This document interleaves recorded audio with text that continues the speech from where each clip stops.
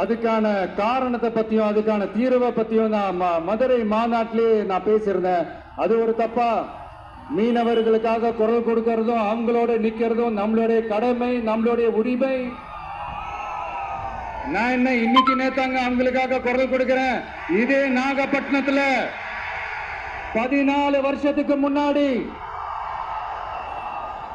2011 February 22 இதே நம்ம மீனவர்கள் தாக்கப்பட்டதை கண்டிச்சு ஒரு பொதுக்கூட்டம் ஒண்ணு நடத்தணும் இல்லையா? இந்த விஜய் களத்துக்கு வர்றது ஒண்ணு புதுசு இல்ல கண்ணா. எப்போ எப்போ எப்போ வந்தாச்சு.